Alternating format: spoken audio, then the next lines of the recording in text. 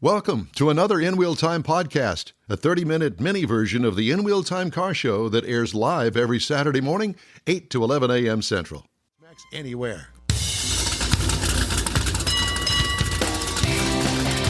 From the Sugar Shack Studios in Texas, USA, it's the In Wheel Time Car Talk Show, podcasting and streaming around the globe. Just ahead, Ben Miller brings us the car show inside the car show. What? We talk more Jeff. We need more Jeff. We do need brings more. info on Hyundai Hydrogen. And Conrad has a look at the upcoming racing events just ahead on the In Wheel Time Car Talk Show. Howdy, along with Mike out of this world, Mars, deep in thought down at the other end of the dais. King Conrad DeLong. I'm sorry, what did you say? Something. Deep in something. Deep in. Yeah, it's not. Yeah, we know. You got to explain it 3 times. Well, you need to turn your microphone on down there. Deep in mute. Deep in mute. King Conrad DeLong. We always need more Jeff Zeke, and I'm Don Armstrong. Glad you could join us on our live broadcast every Saturday morning from 8 a.m. to 11 a.m. What? No, he's just complimenting Mike on his little switcher there, and he's all over it. I sure am glad you're not over here. That's all I can say. Yeah. Because Donna reached It's a reason I'm this far away. Yeah. God. No, I think it's a great idea. We should all have one. Ben Miller is the CEO of the Houston AutoBoative Show's Classic Car Corral. Did you like that title, Ben? That'll work. That's not what my card says, but that's fine. Well, I know, so you're going to have to get them reprinted. Jeff can do that for you. We'll make that happen. We'll get her done. How have you been? I haven't talked to you in a year. I've been good. You know, I'm a little cold right now with this weather. I'm not built for this. So well, neither is anybody else. None of us are. Yeah. Well, it's good to see you back in cahoots with the Houston AutoBoative Show that's coming our way this Wednesday. It opens. And so has move-in already started, or are you waiting in the flanks to get out there? No, we're still waiting. Move-in isn't going to take place until Monday for the auto show side. I mean, they're still getting the displays ready and everything, and I'm going to go down there tomorrow just to see what they have put up already. But Wyatt and the rest of the team have already, been down there and watching everything.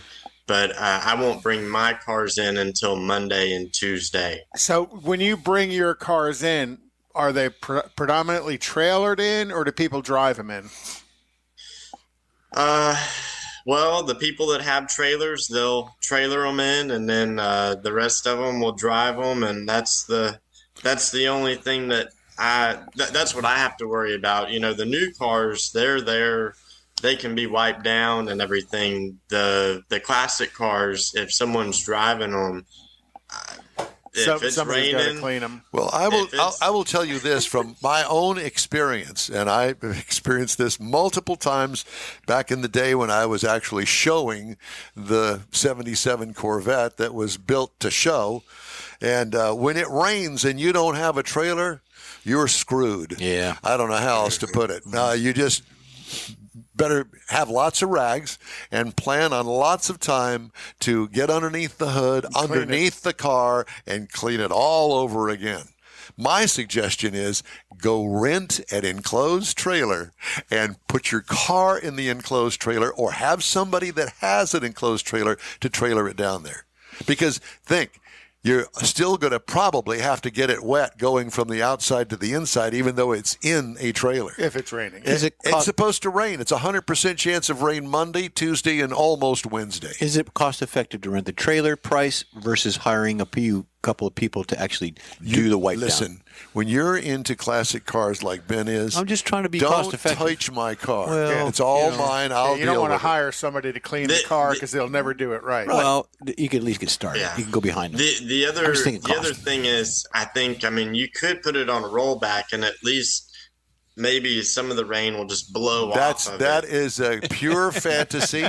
That's a hope and a dream That is a total lie, because I've been there, done that too. Trailered on an open trailer. But actually, it was From here to Oklahoma. From here to Oklahoma In the snow. And it made no difference. I could have driven it and it gotten the same damage with all of the ice and the snow and the smuck off the roadway.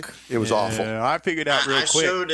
I showed it Autorama 10 years straight, and so that was one of the things. My dad, we bought an enclosed car hauler, and it was a really good idea for whenever we were showing, because it didn't matter if it was raining or not. We were taking the car, Yeah. So. But you could do so much more ahead of time, prep-wise, like you say, cleaning and stuff, and then putting it in there, and not worry too much about it when you get there. Well, I think if worse came to worse, I'd be on the phone today, and I'd be on the line with Allied Auto Movers or whoever it is, Reliable or whoever. somebody, and say, I've got a dozen guys that would really like for you to we'll stop by your neighborhood, pick up your car, and, it's going to cost you $500. It's worth it. Even if it's $1,000, it's worth it. Trust me. Don't you agree, Ben? I do. Exactly. Okay, So what kind of prime iron can we expect you to bring in this year? Well, as long as everyone shows up, I've got some really good cars. I've got one I'm real excited about, and I actually know the car. I've got a 70 Hemi Roadrunner that's vitamin C orange, and it's all it's restored back to original. It's a real nice car. I've got kind of a mix again. There's again, I don't want to tell you all the stuff, because then I'll be giving everything away. But there is a guy, I met him actually at the Topwater show. Yeah. Y'all were out there. Right. Yep.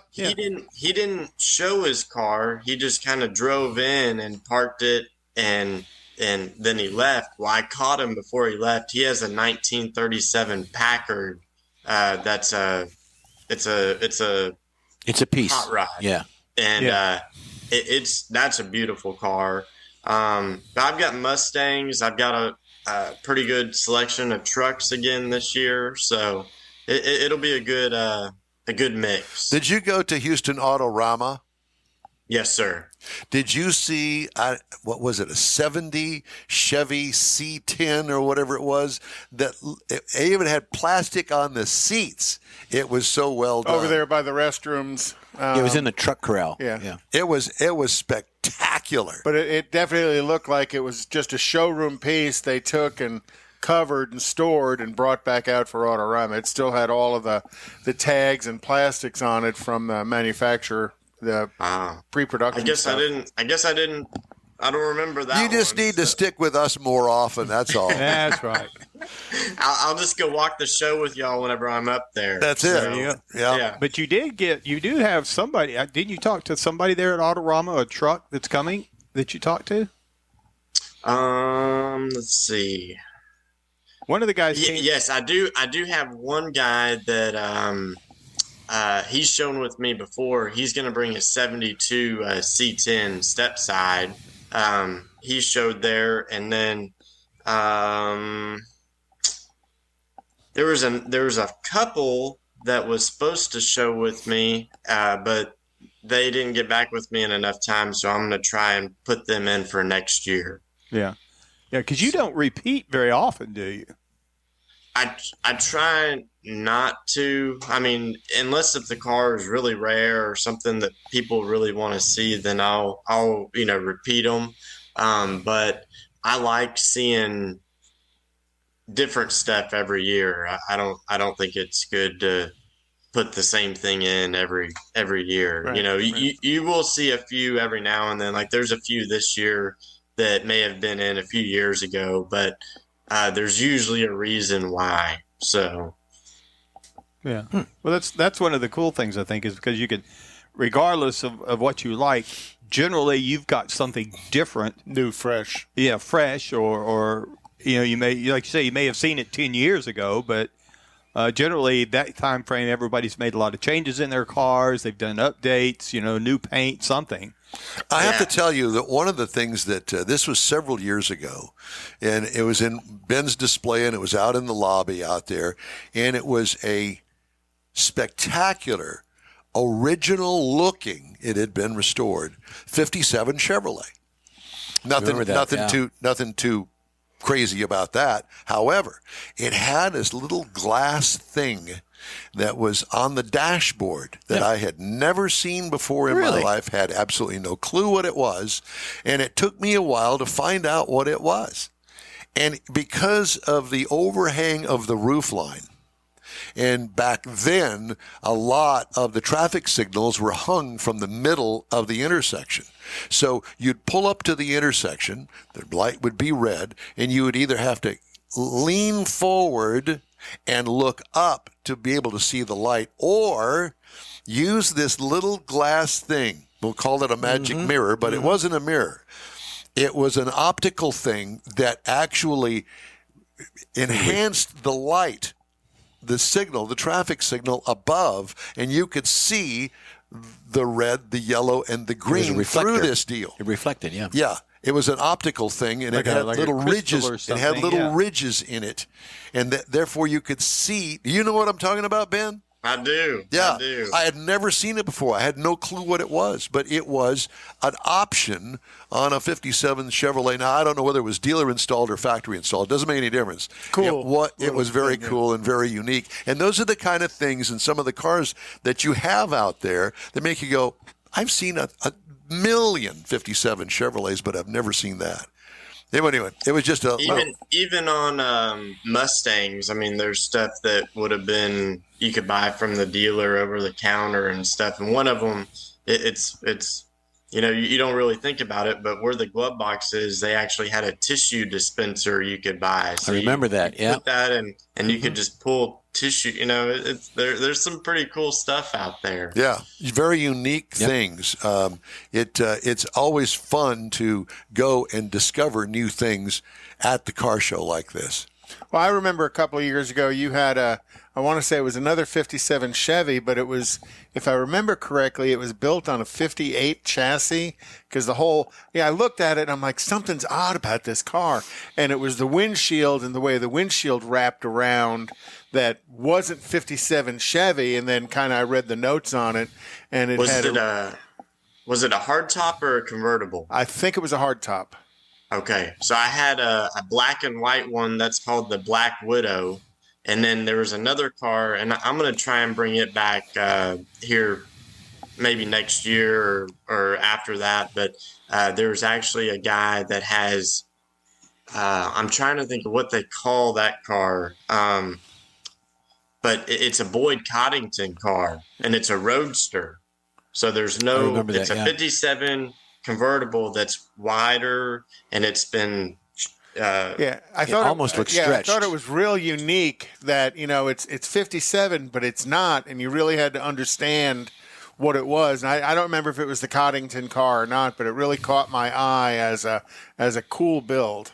Yeah. Well, the Black Widow was done the same way. It was, and I think the builder, his name was Poteet, I think, something like that.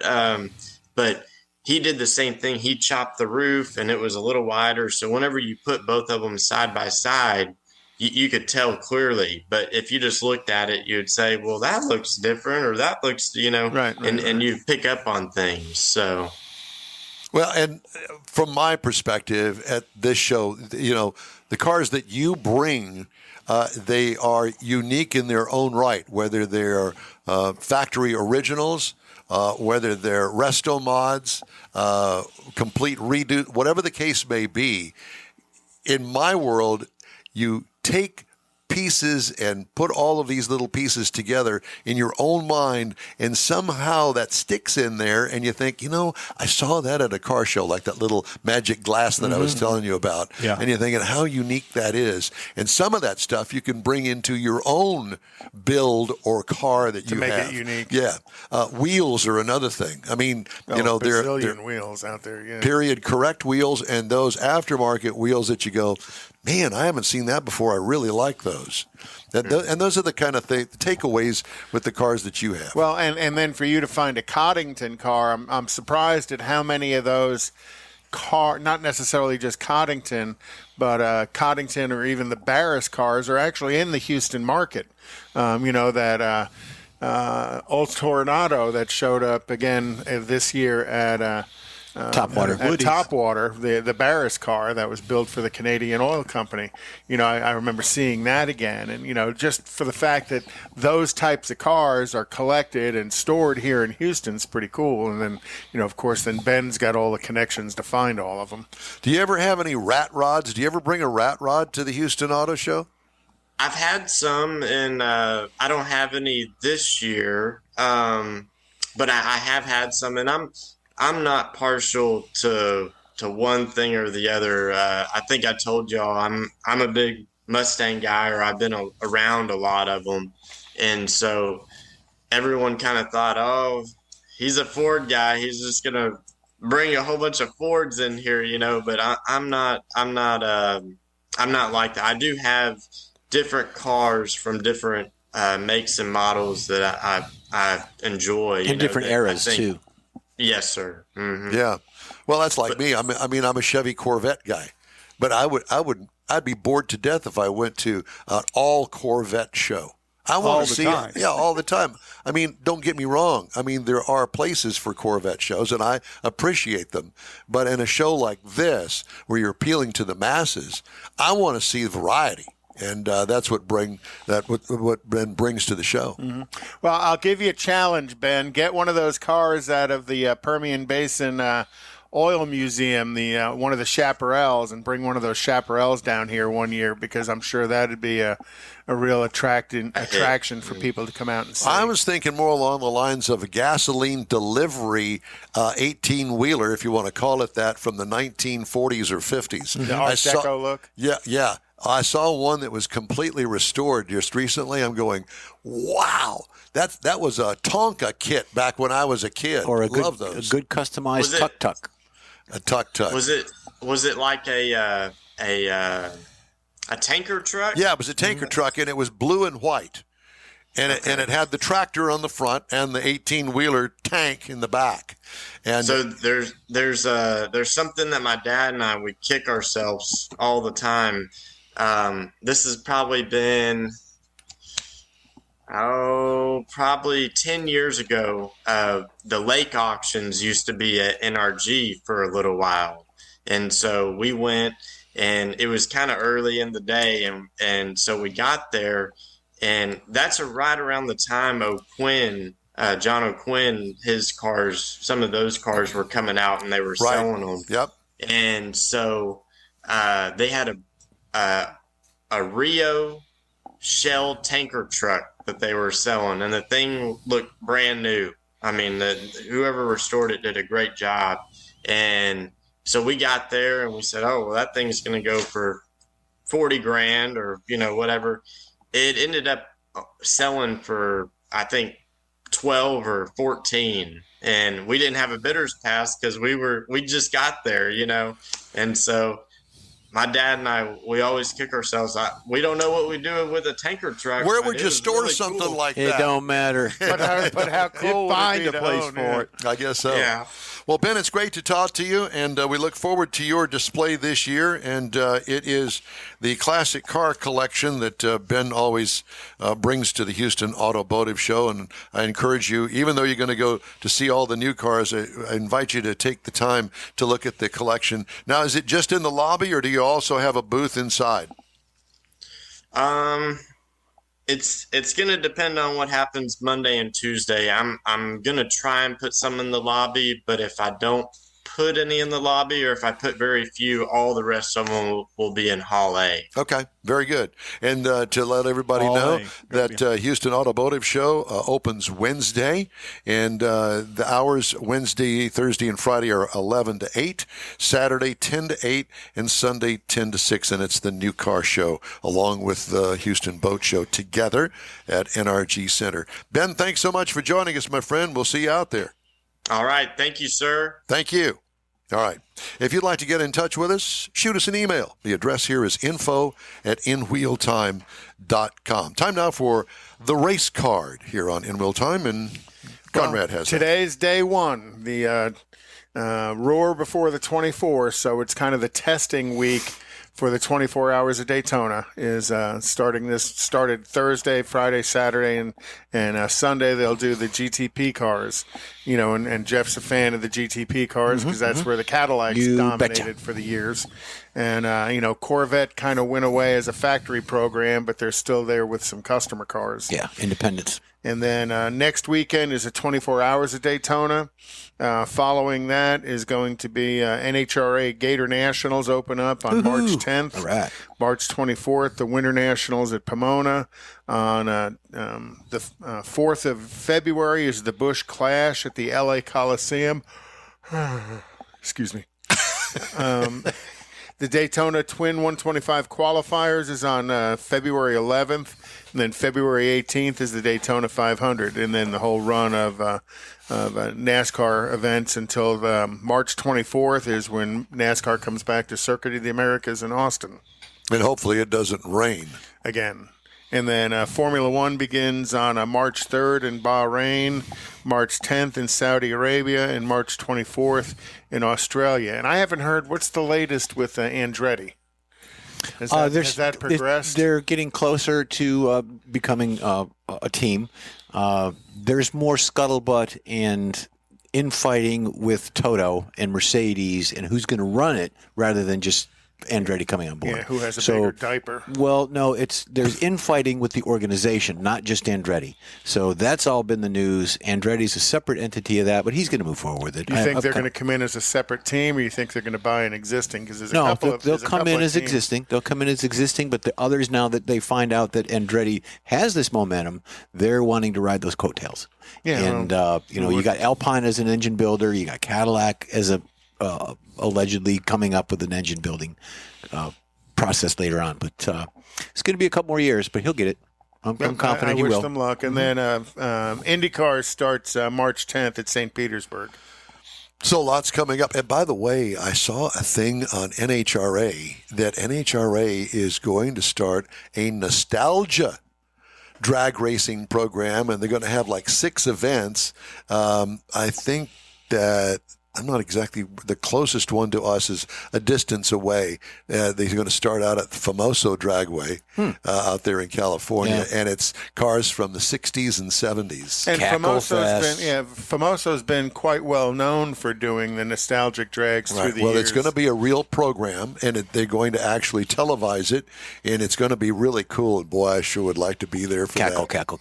And I think Ron Capps owns or drives one of those nostalgic funny cars from back in the day. I'm sure they all have a little finger in it somewhere. John Forrest drove them originally back in the 70s too, so I imagine he's got a couple of toys. Okay, time now for Jeff's feature, and today Jeff's going to talk about Hyundai and hydrogen. Yeah. So let me ask you this, where's the hydrogen station? Well, we're going to figure that out once we get one. Okay, yeah, that's it, one. So you're probably asking yourself what's going on with this. Well, hydrogen, it is the lightest element of the most abundant chemical substance in the universe. Hydrogen is a colorless, odorless, tasteless, flammable gas that is the simplest member of the family of chemical elements. Now, all you chemists out there know this. I'm just trying to be part of it. Hyundai is going all in on hydrogen-powered cars following trials of vehicles in Australia as it aims to be carbon neutral by 2050 and find new adventures of commercial revenue. Now, during this presentation at the CES show in Vegas, this was last Monday, or a week ago Monday, the South Korean automotive giant announced that hydrogen energy will play a prominent role in achieving those objectives. So they've got a lot of long-term stuff going on. Hyundai said it will continue to find ways to add to passenger cars, trucks, buses. This will include trams or monorails, special equipment, vessels, power generators, and advanced air mobility, which I'm thinking is probably drones. They're all going to be powered by hydrogen at one point in time. Some already are. Hyundai also said that hydrogen as a fuel source makes more sense for SUVs for long-distance travel over the electrical vehicles that they're now making because of range and power. I'm not so sure about the power. Range, yes. Power, maybe. I don't know. You got to convince me. A major part of the Vegas presentation included commercialization of green hydrogen, Michael, as both a source of income and a way to reach zero carbon emissions. You're asking yourself how they do it. Okay. Well, How do they do that? it's created by splitting water using a process called electrolysis, producing only hydrogen and oxygen. I thought Don just did that to get rid of unwanted hair. All right. According to the Department of Energy in Australia, we're back to international stuff again, they announced $127 billion worth of hydrogen investment in Australia. Hyundai said it's the world's largest market share in hydrogen-powered vehicles and is at the forefront of the hydrogen momentum. But the biggest issues facing adoption of the technology is being able to publicly fill and charge the vehicles, Don. Safely. Well, period. Safely or not, they just don't have the infrastructure yet. Another challenge for this adaptation is storing hydrogen. It's a challenge. The amount of energy generated is generally low, but compared to fossil fuels and the electricity, they've got to get their act together on that. But Hyundai is hoping that the investment into different sources with clean energy will make sense both economically and ethically. So Hyundai also stated that it's the only advocate of clean hydrogen. The United States published recently a strategy and a roadmap for accelerating the production, process, delivery, storage, and clean use of hydrogen to accelerate commercialization of hydrogen. Good luck on that. Check your EV listings now. Explosions are us. Yeah, pretty much. Yeah, rear end collision with a storage tank in the trunk, And all of a sudden the tank comes loose and it's playing pachinko going down the highway. And that's our last shot right there. Yeah, you just think a Pinto exploded. Yeah, the last use of hydrogen power. Hindenburg, they tried to refuel that. It turns out it was an EV station and not a hydrogen. Yeah, plugged it into the wrong thing. Sorry. Oh my God. Yeah. No, I'm good. I think I'll just stick with gasoline until I'm no longer on the face of the earth. Yeah, because gasoline won't catch fire. They're trying to figure out more ways to be clean energy, the green hydrocarbons, and you saw that big debacle overseas where they had all the green people over there. Davos. But that was part of the talk of the green hydrogen. So yeah, trying to force things on us we don't want. well, that's part Or need. It works just fine the way that it is. Mm-hmm. Let's go spend. That they want us to have, but they won't use themselves. But the technology's there. I mean, at least they're going forward and looking at different ways. I mean, that's the whole process. There's been some other dabbling in hydrogen-powered vehicles as well. I know GM had a series of Chevy Equinoxes that ran around the Washington D.C. area. That were Forklifts, hydrogen-powered. buses are running around. There's buses in Houston that are hydrogen. Mm-hmm. You got forklifts. You've got some commercial things going. Well, I was going to say commercially, I could see where it would be much more feasible, especially delivery vehicles and that sort of stuff, where they got to go back to the central fueling station. Right, exactly. And that's the other part of it. Where are you going to get it? The In-Wheel Time Car Talk Show is available 24/7 through the iHeartRadio app. Just look for In-Wheel Time Car Talk. We also video stream our 3-hour weekly show on Facebook, YouTube, and InWheelTime.com, and podcasts from your favorite podcast provider. The In-Wheel Time Car Talk Show continues right after this quick break. Rev your engines and set sail for the ultimate surf and turf. The Houston AutoBoative Show, January 24th through the 28th at NRG Center. One ticket gets you into both the auto show and the boat show. See your favorite car and boat brands under one roof. Learn about the latest electric vehicles and test drive one with Evolve Houston. Board your dream boat and check out the bass fishing demos. It's the Houston AutoBoative Show, January 24th through the 28th. Buy early and save at autoboativeshow.com. You own a car you love. Well, why not let Gulf Coast Auto Shield protect it? Houstonian John Gray invites you to his state-of-the-art facility to introduce you to his specialist team of auto enthusiasts. We promise you'll be impressed. Whether you're looking to massage your original paint to a like-new appearance, apply a ceramic coating, install a paint protection film, nano-ceramic window tint, or new windshield protection called ExoShield, Gulf Coast Auto Shield is where Houston's car people go. Curbed your wheels? Instead of buying new, why not have them repaired? How about a professionally installed radar detector? Gulf Coast Auto Shield does that too. Get a peek inside the shop and look at the services offered by getting online and heading to gcautoshield.com. Better yet, stop by their facility at 11275 South Sam Houston Tollway, just south of the Southwest Freeway, and get a personal tour. Gulf Coast Auto Shield is your place to go for all things exterior. Call them today, 832-930-5655 or gcautoshield.com. The original group of Lupi Tortilla restaurants will have you telling your family and friends just what the original recipes mean when it comes to the best fajitas in Southeast Texas. Founder Stan Holt invites you to visit the original Lupi Tortilla near I-10 and Highway 6. Here's the original house that inspired the design of all the rest and the original charm that helped make Lupi Tortilla the go-to destination for Houston Tex-Mex.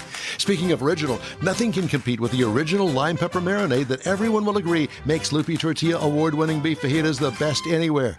Lupi Tortilla Katy is another location that gives you the same quality and service Houstonians have come to expect at Lupi's. It's located just off I-10 and the Grand Parkway at Kingsland Boulevard in Katy. Find yourself in Aggie Land? Head to the Lupi Tortilla in College Station, located just around the corner from Kyle Field. It's a great place to enjoy those famous frozen margaritas before or after the game. Headed east to Louisiana, stop in at the Lupi Tortilla in Beaumont. It too's on I-10. You can't miss it. The original group of Lupi Tortilla restaurants invites you in for the best Tex-Mex anywhere. That's it for this podcast episode of the In Wheel Time Car Show. I'm Don Armstrong, inviting you to join us for our live show every Saturday morning, 8 to 11 a.m. Central on Facebook, YouTube, Twitch, and our InWheelTime.com website. Podcasts are available on Apple Podcasts, Spotify, Stitcher, iHeart Podcast, Podcast Addict, TuneIn, Pandora, and Amazon Music. Keep listening, and we'll see you soon.